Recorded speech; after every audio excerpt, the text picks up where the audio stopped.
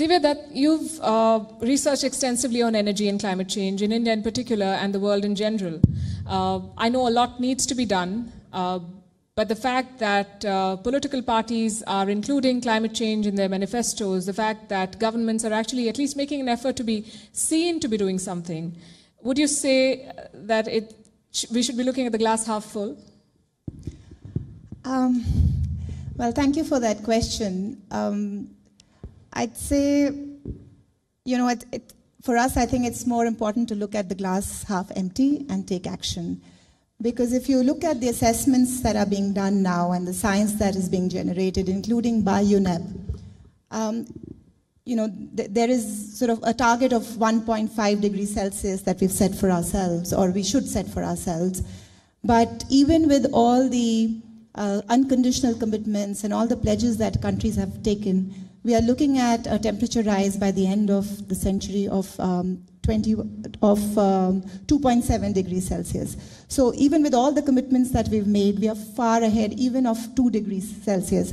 And we know that anything beyond 1.5 degrees will be catastrophic. You know, we are already in many parts of the world, we are seeing catastrophes, we are seeing disasters of a scale that is unprecedented. We've not seen it ever in our lifetimes.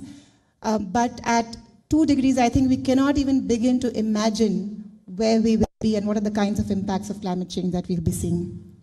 To reach that 1.5 degrees Celsius, we need to halve GHG emissions, greenhouse gas emissions, in the next 8 years by 2030. So that is a kind of ambition that we need to have. And I think it is only with, you know, we've seen a lot of countries make net zero commitments. We've seen a lot of businesses make net zero commitments. I think it is important that these long-term, mid-century net zero commitments are translated into immediate short-term action. Only then can we sort of, you know, do we have any chance at all of, you know, of that little window that we have for 1.5 degrees.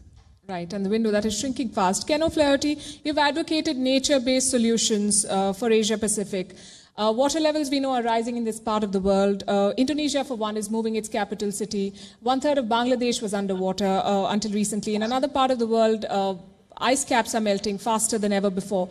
What, according to you, is accelerating this the most? I mean, the increasing global temperatures are having devastating effects on ecosystems and biodiversity worldwide. And so it's impossible to say that one country is suffering more than others. But certainly in recent months, we have seen extreme weather events across the globe. These are having major impacts on economies, on communities across the Asia-Pacific region. We're also seeing problems around deforestation across Asia in particular.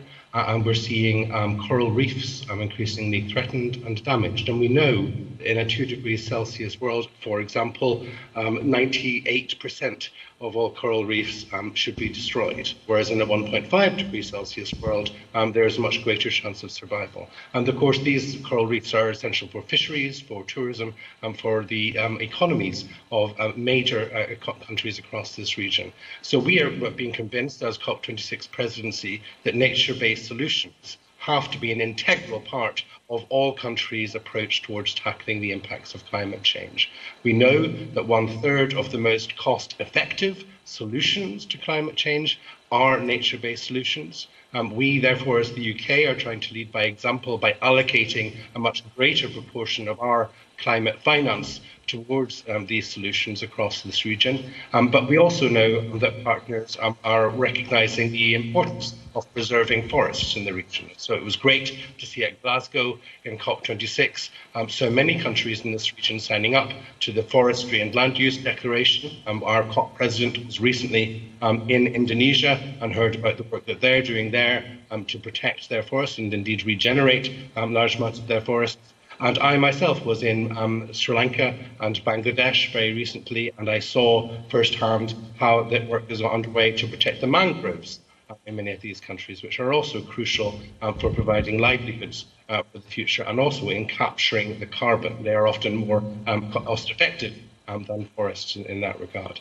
So yes, you're absolutely right. Nature-based solutions have been a key part of our approach as COP26 presidency. Of course, alongside the other work on driving down emissions, achieving net zero, making sure there's strong 2030 targets, at eliminating the use of coal, for example, as well as supporting our partners on adaptation and loss and damage, as well as delivering greater international climate finance.